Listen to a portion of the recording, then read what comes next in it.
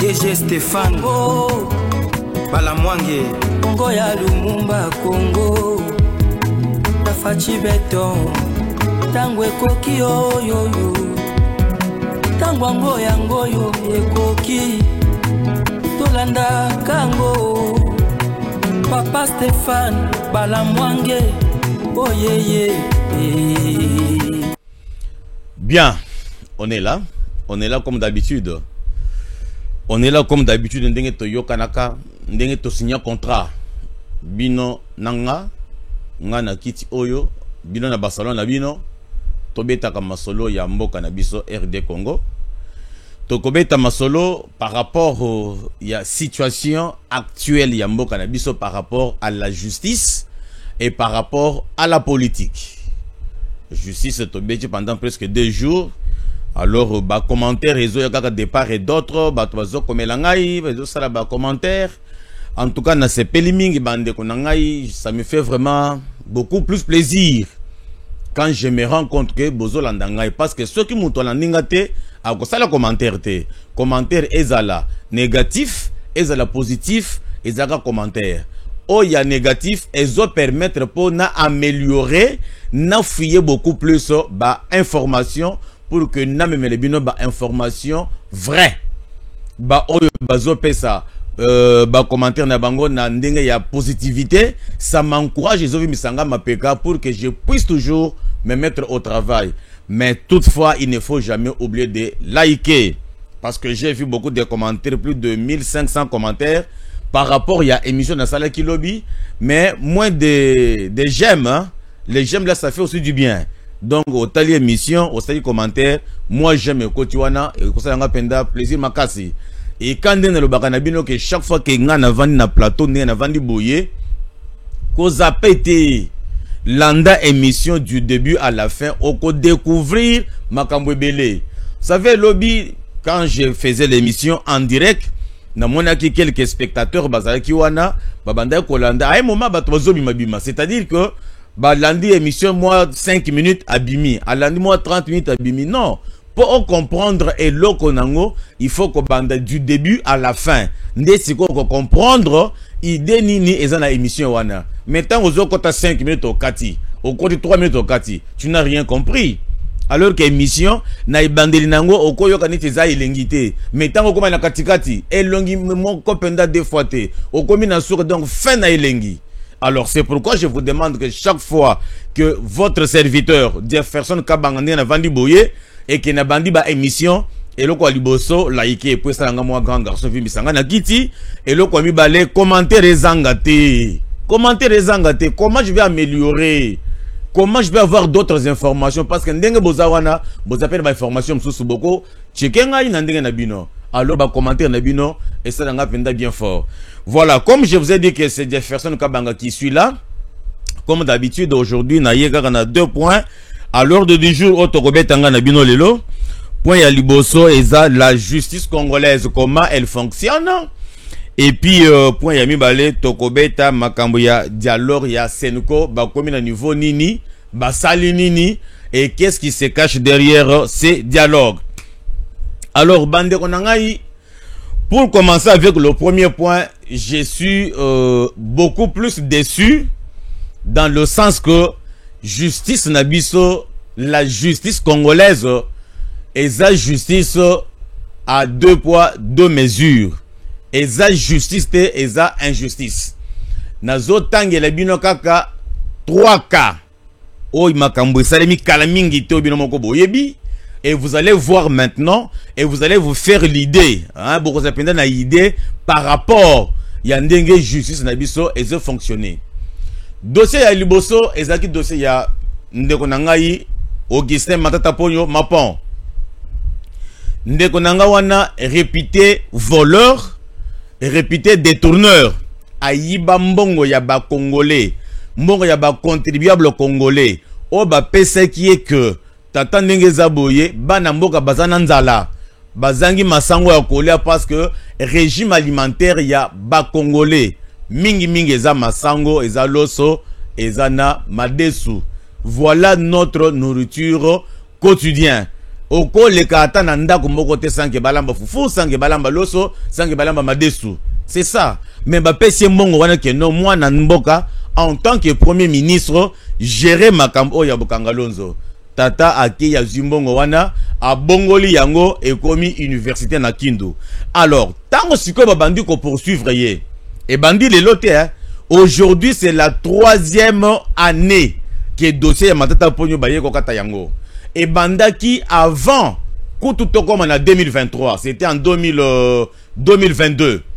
Dossier nde bandaki Matata Ponyo a weli simbangu mbangu a bengi si bato a parti na ye basali congrès na bango babimisie candidat président de la République na élection de 2023. Alors a komi ko brandir casquette wana alobi ke non ce qui justice congolaise azo trakenga c'est parce que ba moni était naza candidat potentiel à l'élection présidentielle. Wana justice congolaise et vendre kimia que non ceux qui to kangiye ceux qui to sambisiye ba koloba que toza en fait nous étouffons hein toi ko to fait ba opposant batiki la raison élection et salemi il y a 2023 Matata Ponyo abimi député té qui président azwagité abimi député masolo et bandi lisusu parce que dossier ezalaki déjà en cours.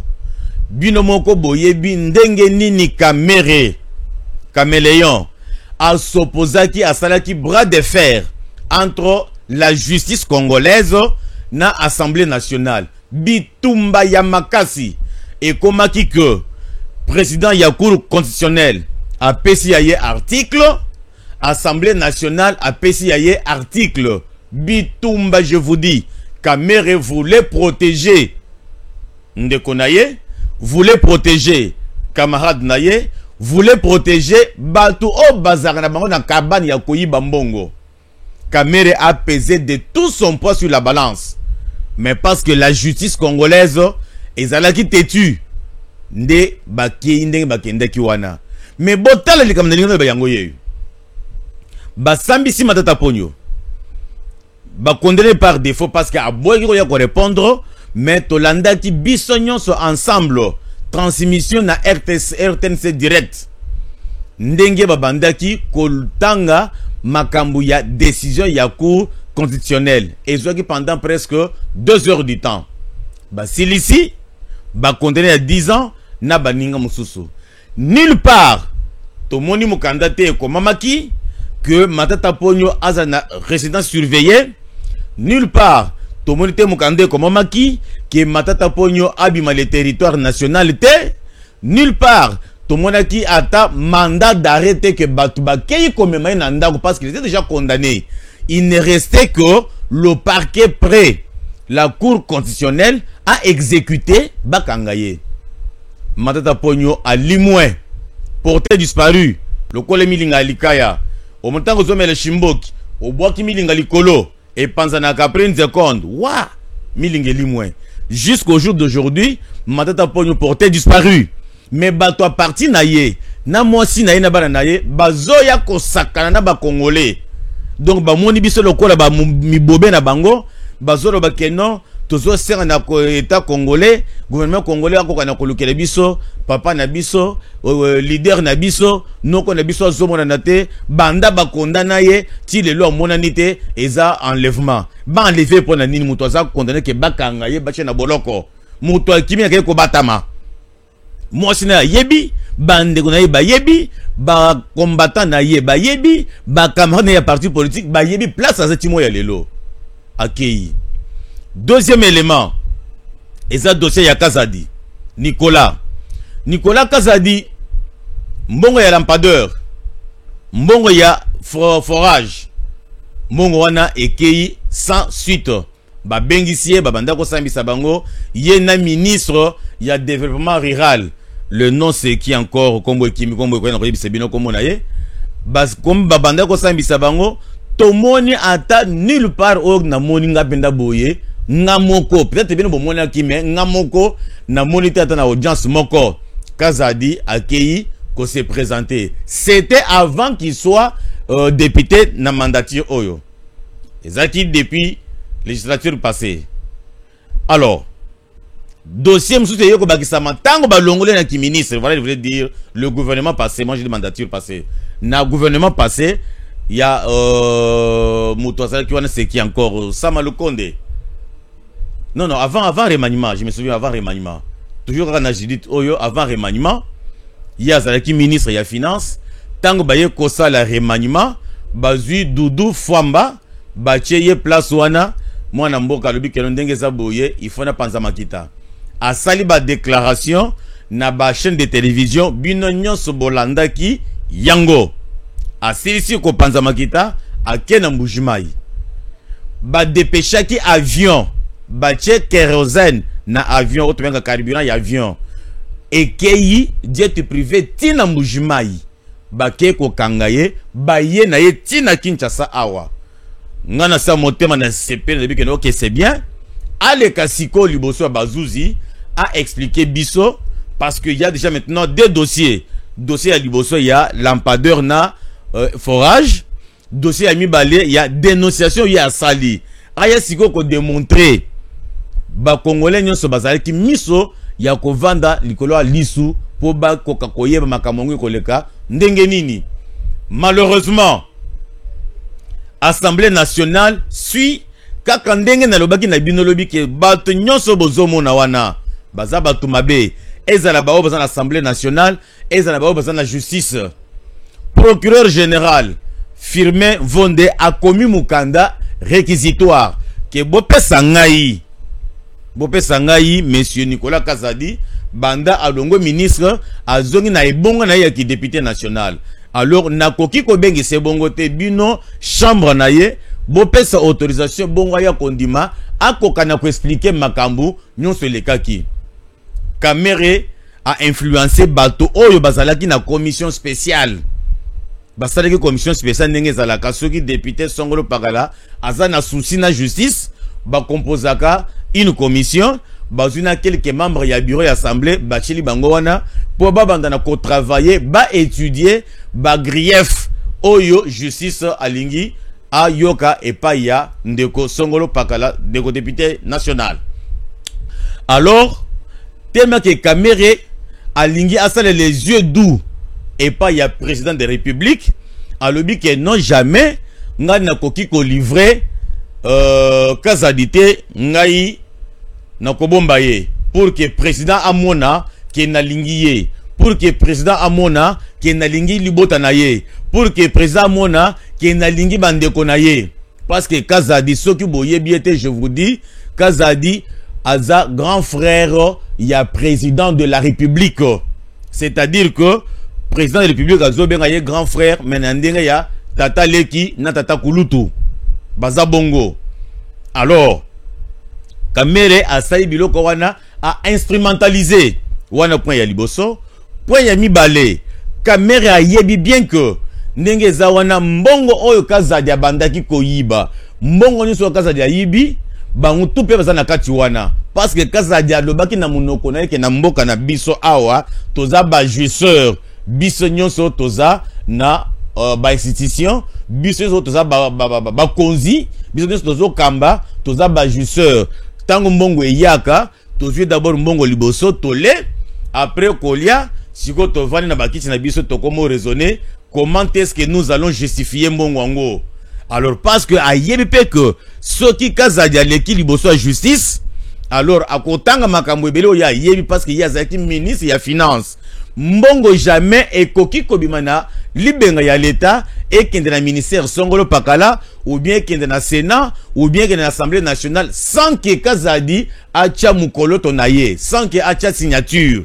Donc ayebi secret ya batunyo sowana yango nde bongoni caméra lobi ke no omo tokotika yete soki totiki ye makambu tout tosali mayuya nyonso tosali et kobimana poisa il faut te protéger ye. Mais maintenant ezaka lokola Barabas na Jésus batelimisi bango liboso ya Caïphas balobi Jésus yeyo Barabas yeyo. Jésus nde nani? Jésus nde Constant Mutamba. Barabas nde nani? Barabas nde Kazadi Muyibi. Alors batu balobi batu bagangi ke non botika Barabas bobo ma Jésus tondimi makila na ye ezala na nzoto na biso tondimi makila na ezala na mitu na biso tina mitu ya ba génération future ya mabota na biso bota le bino ka caricature na sala bino ya ngwana ndenge bozomona Jésus na bino mutamba batie wana et puis bozomona bato bazocha na ekulusu bozomona wana. Donc ce n'est pas de la blague, caricature na sala bino ce n'est pas de la blague. Donc c'est du sérieux. Bazui Jésus batie wana mais Barabbas batike na assemblée bato baganga kana tango Israël bazaki population mais siko le corps de biso population toza libanda bato oyo bazo représenter biso population ezande ba otoponaki ba o bazana assemblée nationale nde bazo représenter biso bango bagangi kuna boboma Jésus botika Barabbas. Barabbas un voleur, un bandit, un gangster batiki avandiwana tranquillement. Jésus innocent yewana baba qui ne kulusu bozo mona ndenga bazo baka mutama na ekulusu. Ça fait mal. La justice ya mboka na biso très compliqué. Moi je ne condamne pas seulement la justice parce que condamner seulement la justice et ça seulement le corps nazo condamné Firmin Vondé mais nazo condamné Firmin Vondé mais nazo condamné et ça les lit ndenge penda makambo ekena lumbango banda na bota na tsela comment ya boyete asali réquisition atindi après quelque temps au mutamba tolongo likendo samba après quelque temps papa kangaye après quelque temps mukande komami o comment na nani mutamba constant abi mamboka te abi mata Kinshasa oyo te akoma ta na Kasangulu awa te ata na maluku akoma te yazaka na centre ville awa pour avoir fait quoi abominani mbongo bato bazobetela kelelo mbongo eza wapi na banque et vendi bien bloqué mais parce que Monique a sali projet mabe parce que Monique procédure amemela ki projet ezaki mabe bokatika ka projet sili mbongo eza na banque azu ata $1 te innocent mowei ye wana bazobaka ene ekulusu pasi mingi na motema pasi mingi na senga ki mbalebele et pas président de la République na yebite soki ayokeli ngai ou bien ayokeli ngai te ou bien alandi émission na ngai te ou bien alandi atiki na ebongo je ne sais pas mais parce que nous connaissons que il est le magistrat suprême, il est le père de la famille congolaise, il est le père de la nation congolaise, il est le président de tous les Congolais, en un bon père de famille. Je pense qu'au moment opportun il dira un mot pour sauver la peau de l'innocent. Alors que les voleurs, bavandiwana, si kobino ba député na zolo banabino, mandat ici la gâté, hein bavier, mandat ici la ka. Nous sommes déjà aujourd'hui 2025 au mois de juin et tikalikaka 2 ans et demi mandat ikosi là. Donc comment les bino bokoya? Poto voter bino. Bobo sani mandat passé. Le premier mandat il y a président Félix Antoine Tshisekedi Tshilombo. Ndenge to banda ko yembele bino que boma député tika policier bobo sani c'est bon moi je ne fais que rappeler le moment venu bokoya mais nkuba penda bokolia puisque to moni que bozo kende kuna pas pour na ko lobela biso ba peuple pas pour na ko sunga président de la République pas pour qu'on travaille pour le pays mais bozo kende pour na mabungu na bino moko bozo boma obolingi bozo bikisa obolingi. Donc ceux qui ont intérêt na yo personnel et ça place anate au fongoli mnoko. Donc vos a différentes na bato o bazana est. Vos a différentes na bananga babisimo ba makengo na ba kabila. Bino ba député national na bato bazana est ndenge moko. Parce que kamere ye wana lobi na bino que bazwa mbongo awa babi misambongo na trésor public batinda na est na bazone occupée bongo ba futa ba fonctionnaire de l'état mongo wane ko na nzela nini. Oh non parce que le lenge moko batinda ki ba examen d'état bana basali examen basilisi kaka na canal wana mbongo ekende bongo ba futa bato wana. Est-ce que vraiment c'est bien pensé ça? Et le ko lobi wana est-ce que vraiment c'est bien pensé? Ça n'a pas de sens, c'est-à-dire que parce que Monique est batunaye, batuya ekeri naye, o baza mipanziwana, baza asphyxié, bakomi na mpiaka, bazo kokate, alors ba kanon nyonso ye abandaki ko utiliser continue bango bambongo, makoki na yepe ekomi na suka, alors il veut officialiser les financements. Pombongo ebima, au nom de bas fonctionnaires. C'est-à-dire que Kamere depuis toujours yende muto finance Batouana, mais parce que a commis aussi et tout fait charge de l'équipe makasi ndesiko alobi que non il faut état congolais bimisambongo atinda kona. Yangonde bomoni banda bitumba oyo bandi. Batu nanga nyonso bazana gouvernement kuna. Surtout bato bazana nzela mayuya. Kamere wana. En aucune fois assia la déclaration pour na ko condamner ni Nanga, pour na ko condamner ni Kabila, pour na ko condamner ni Bissimo bato ya M23. Il est resté calme. Il est resté calme, donc silence des morts. Même le Rwanda, aucune déclaration de la part des Kamere. Parce qu'il y a dit que nation n'est pas Zawana. Ceux qui ont mis que la manga pour condamner, bakoki ko répliquer. Bon, ça a une bonne souvenance. Deuxième personne, monsieur Modeste Barati Lukwebo. Balo bakana bango te batouana. Mais baso bato est, bitumba les amis penser na bango, bitumba les amis province na bango. Baso lo banini, ba traître. Monsieur le président, tant aux autres font la liste de Konangaï, ça me fait mal parce que j'ai peur. Je ne connais pas les sorts qui étaient réservés. Batouana baza banyama mabe, bazolia yondam mundam. Au moins ni batonga kandako, bache toiture. Mais au comment na banyama moko ya mike, bakoti na mabaya na ba chevron. Bakoki kolia libaya wana pendant même 10 ans.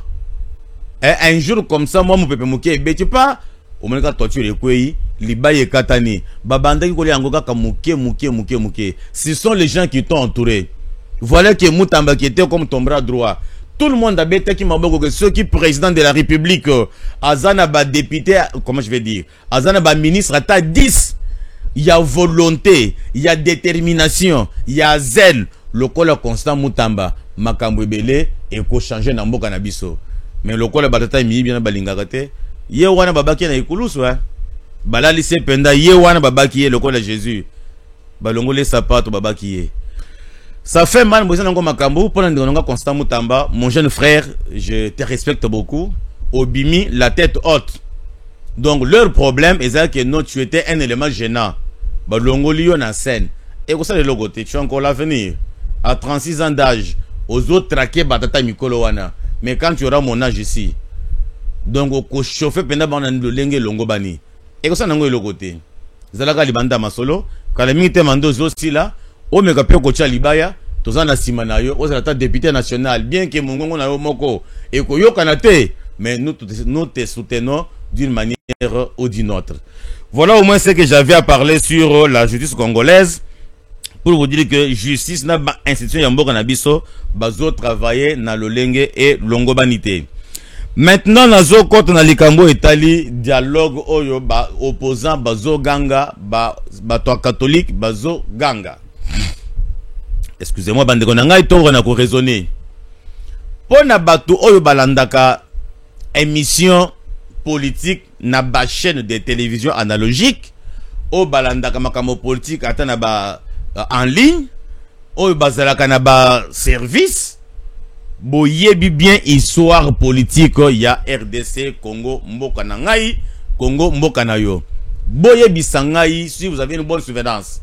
Depuis que le Congo est Congo, bokoki koyeba combien de dialogues, combien de concertations, combien de que noba na mboka tovana to solo là.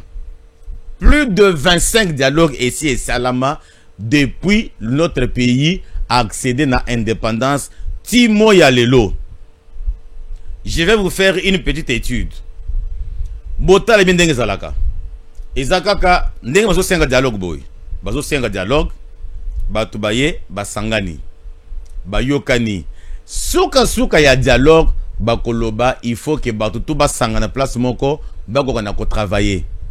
Bako sala tobengi gouvernement d'union nationale. Bako zo ba opposant, bako zo société civile, bako zo majorité présidentielle, bastangisi bango place moko. Allez, bah comment qu'on diriger ensemble. Tango kaka période ya transition na bango wana, il y a gouvernement d'union nationale et sili, bah na élection pour ba installer ba institution légale ndenge bazo luka, légitime ndenge bazo luka, soki kaka ba o ba échouer na ba élection. Allez, mbala moko bazo ngizamba. bazongi zamba basimbi manduki bitumbe bandi tuku. Après moment dialogue batubaye bavandi tango moto to se retrouver bavandi kimia siko nazo mituna ba homme politique o biso tozo soutenir wana. Est-ce que bazo sala pona biso peuple congolais ou bien bazo sala pona ba famille na bango moko? Je prends un exemple aujourd'hui. Nazo soutenir Martin Fayulu. Un exemple que je donne. Oh non, biso dialogue parce que président Fayulu azo senga dialogue. Biso dialogue. Bandimi dialogue. Martin Fayulu bimi premier ministre. Mbamoko azwinga membre parti na ye. Ministre Songolo Pakala. Membre parti na ye. PDG. Membre parti na ye. PCA. Membre parti na ye. DGA. Bakomi wana bavandi kimia. Tango élection ekoya. Ce gars Martin Fayulu a échoué. On a volé ma victoire. Allez, bitumbe bandeli wana. Mais finalement, baton bazo travailler pour na banani. Alors que Bino Nanga, to yebi bien que opposition, Moussala naye ou ezapo na ko s'opposer na pouvoir en place. Ko s'opposer na marque nini. Président Azo Sala Moussala na ba plan naye. Je prends un exemple pour vous comprendre nga bien. Président Zoloba ngai na lingi gratuité de l'enseignement.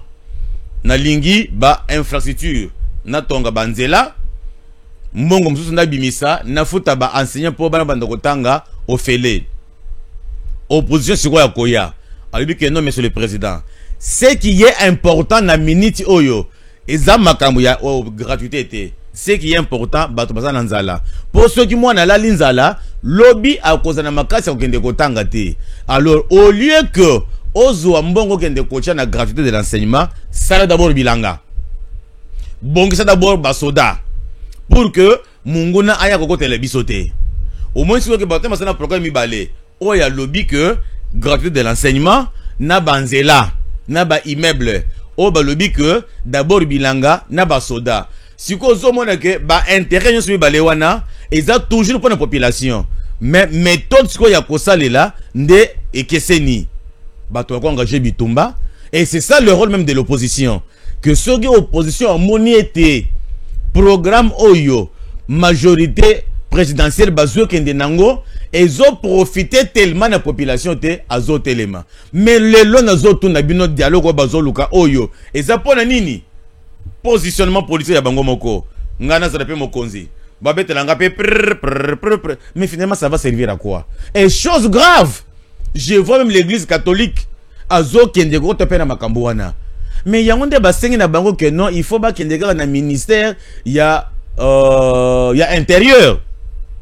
Bah se faire inscrire comme un parti politique. Parce que na moment ni basala ka dialogue. Basala ka dialogue na moment ya que Tshisekedi il est mandat en cours. Tokomi na 2027 et que bango batali bamoni que non ndenge Tshisekedi azo kumbela mboka. Na niveau tokomi awa tomoni ata machine à voter te tomoni ata bulletin de vote te tozomona ata préparation moko te pour na élection ya 2028 non moto penda a osala cet examen a osala sa élection te alors boye penda to tomboki wasonde bato bakoya tant bato bakoya papa mais tozomona makambo ezo kende bien te ceux qui est aza têtu a koloba kendo makambo ezo kende bien bino botele na ngai tokomi 2028 puisque élection c'est en décembre.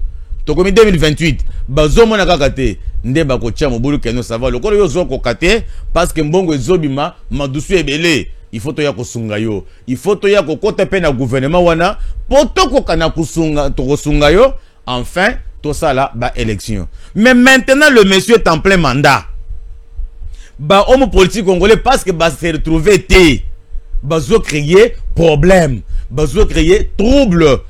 Nini parce que bazan la gestion té. Est-ce que c'est normal? Et puis chose grave au comment ba congolais ya maye le mouké. Bolé bisanga les termes forts que je vais utiliser. Le congolais zoba, le congolais nyama, bazo soutenir ba individu wana. Que nous tout ça la dialogue, tout ça la dialogue. Pona nini. Donc c'est-à-dire que moi aussi, le jour que j'aurai l'argent pour le recevoir na mbongo, na remis un grand homme politique, ceux qui vont voter ngaité, na repé na province na ngai. Nasimi pe manduki demande pe ko chama kele pour babé nga pe na dialogue comme ça ba ko chama pe na gouvernement C'est pas normal. Quelle leçon les opposants congolais bazopé ça na génération future. Il y a qui fait ça mokonzi. Si on a mokonzi té aller na kezamba.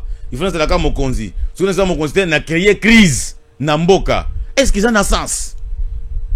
Tous les opposants ne sont pas bango wana. Ceux qui osent tout na bango. Revendication de bino izanine. Bakoloba keza mauvaise gouvernance. Yangonde pe batorateli bazoloba mauvaise gouvernance. Kasi protocole aussi sa nouvelle mauvaise gouvernance.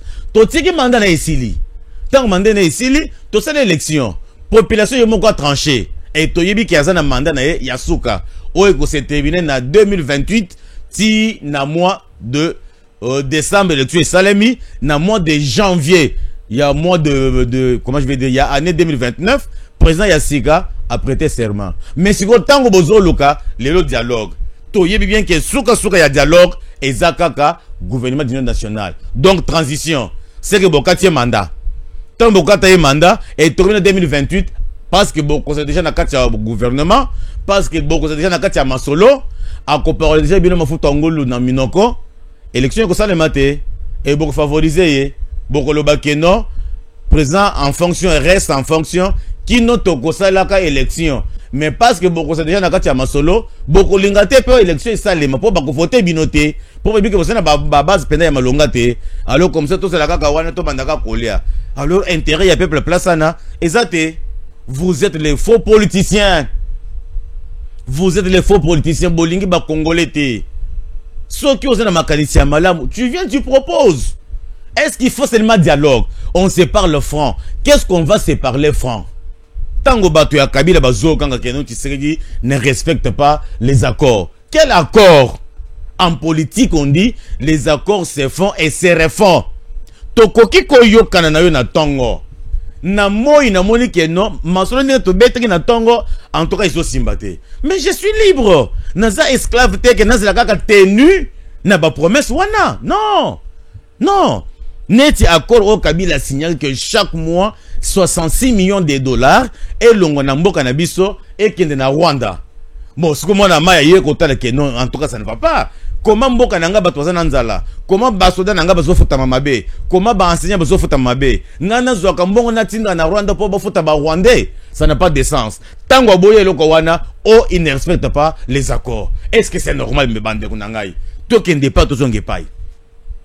Accord ba signaki, ba le biete ndenge za boye na 2018 à 2023, si c'est du président. Na 2023, 2028 alors il faut, il y a 2028, il faut sikoyo mutuya ngambu ya Kabila AFC acha libaya bongo Tshisekedi na batunaye ba soutenir ye bato na ba ko biso lisusu nini ye tango moni ya lobi que ndenge za boye lo lenge na kuta kimboka et le corps na komi ko bondo pona matsata mo muke selon ye malamu na saka de mandat comme ça na kende na ngai oh il ne respecte pas les accords.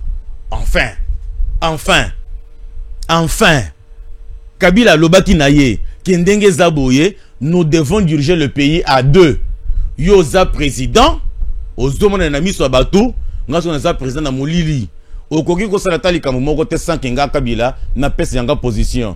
Yangonde azwaki Tambwe Mwamba, ache na Sénat, azui Mabund, ache na Assemblée nationale, azui batu naye ba ministre pour ne contrarier Tshisekedi. Donc Tshisekedi n'était qu'un pantin. Nenga benga bato ba pantin wana. Yé pesaki pantin ya Kabila. De 2029 ti qu'est-ce que je veux dire? De 2019 ti na 2021 vers la fin. Il était pantin de Kabila. Donc il était coincé. Ayeko se retrouvait en tant que président de la République. Tango kati contrat wana. Tango kati accord wana. Bino ko bando koyo kama ka bando bima na mnoka bato pe ya PPRD na bato FCC. Comment maintenant que on peut diriger un pays par deux personnes? Kabila pesi, yepe a pesi. Soki ya pesi Kabila boyi ale akati. Ou bien soki ya Kabila ndimi ya boyi bakati bando pesa trouble. Comment on peut diriger? Ça n'a pas de sens. Alors accord ya bongo soki bazo kata yango. Que non boti kangana diriger selon programme ngana zaki nango ezo créer problème et chose grave nazo mo pe bato église bazo ko appuyer loko wana Ah mais non. Mais non. C'est que ba Congolais balingi ba Congolais te. Congolais ndi mutozo ba Congolais. Lelo siko ko bitumba na est kuna bato bazokufa pour intérêt ya Kabila, pour intérêt ya Nanga. Bato bazokufa na est wana bango basali nini na ba conflit na bango, na ba intérêt mesquin na bango. Intérêt na etali population congolaise na nini? Parce que Nanga, que Kabila ne s'est pas retrouvé, parce que Kabila Monique et non Ndengeza Boye, je suis écarté. Na ma solo ya gestion ya mboka, on m'a écarté totalement. En train de compte de ma bongote. O ezamboko ba pesa ngai. O na zwaka na bolafa. Na koti kango bongote. Ale yo nanga yaka. Zombonga nous la rébellion. Ngana zana simanayo. Nanga pe zoba ya tata. Azondi makobo mabande konaye encore basoyili comme yé. Mais est-ce que vraiment, je ne sais pas moi comprendre. Vraiment, j'ai du mal, chair des poules. Vraiment, j'ai chair des poules. En fait, tout ce que moi je peux dire, monsieur le président Kondima Makambo, il y a dialogue wanate, basé la mandat na yo ici là. Président Obako, Tchao, c'est le mité na bango, yende bako se ne ba dialogue. Parce que ndengo ozawana, ozana ba projets qui sont en cours, et ils ont ba projet oyoko banda lobby. Alors, ceux qui bokei na makambu ya ba dialogue, yeba ke ba projet na union sowana, puis, et vous allez étouffer, okokoka kosele la yangote. Vous comprenez? Okokoka kosele la yangote. Alors maintenant, nous, peuple congolais, on aura bénéficié quoi pendant tous ces mandats ici? Alors, vous devez rester un seul, unique en ton genre. Waneza makele le yasima yandaku. Moi, j'ai vu, na 2000, l'an 2000, na 2001, non, 2099, na 2000 Kabila avait dirigé le pays ici, donc un tiers du pays. Kabila dirigeait Laurent, un tiers du pays. Donc il n'avait que le Kasaï, Katanga, Kitase, Bandon de Congo central. Ceux qui ont parti, ils sont à Est. Et Zalaki, Baroubé, Robato, Yarana Bango. Nde bazaki mipanzi wana. Ok, côté Grand Équateur, au côté Jean-Pierre Bemba. Donc il y a un parti Zakiboui. Un centre dans l'ouest. Il a dirigé. Même Yé, Kanambe, Tango Aye, na 2001. Il a dirigé jusqu'en 2004. Avant Baya Kosala, Makambu, il y a dialogue, il y a Nini, il y a Sun City. Il a dirigé donc un tiers du pays. Les gens ne vivaient pas. Alors allez-y comme ça, papa. Parce que les dialogues ici n'aboutiront à rien. Kobo sanate conférence nationale souveraine. Kakaba catholique oyo. Batubayaka nango. Et y a pourtant nini. La conférence nationale souveraine. C'était le dialogue yaba congolais. Ah, on a Kinshasa n'a parlé du peuple. Kobo sanate dialogue il y a Saint-Sylvestre. Et Botinini. Et Zaga partage à gâteau. Donc c'est-à-dire que biso bato to sana ba mbongo te, biso bato sana manduki te, biso bato to yebani te, to sana ba kombo te, to zala kaka miwumbu ya bato wana. Non. Sinon ça serait votre lâcheté. Sinon ça serait votre faiblesse. Alors yangonde linga ko yebisa bino, lingi to sola na bino bandeko na ngai. Pour aujourd'hui, Jefferson Kabanga vous dit au revoir, on se voit lobby inchallah. Stéphane Balamwange Congo ya Lumumba Congo Nafachi beton Tangwe koki yo yo yo Tangwango yango yo ekoki Tolanda kango Papa Stéphane Balamwange Oh yeah yeah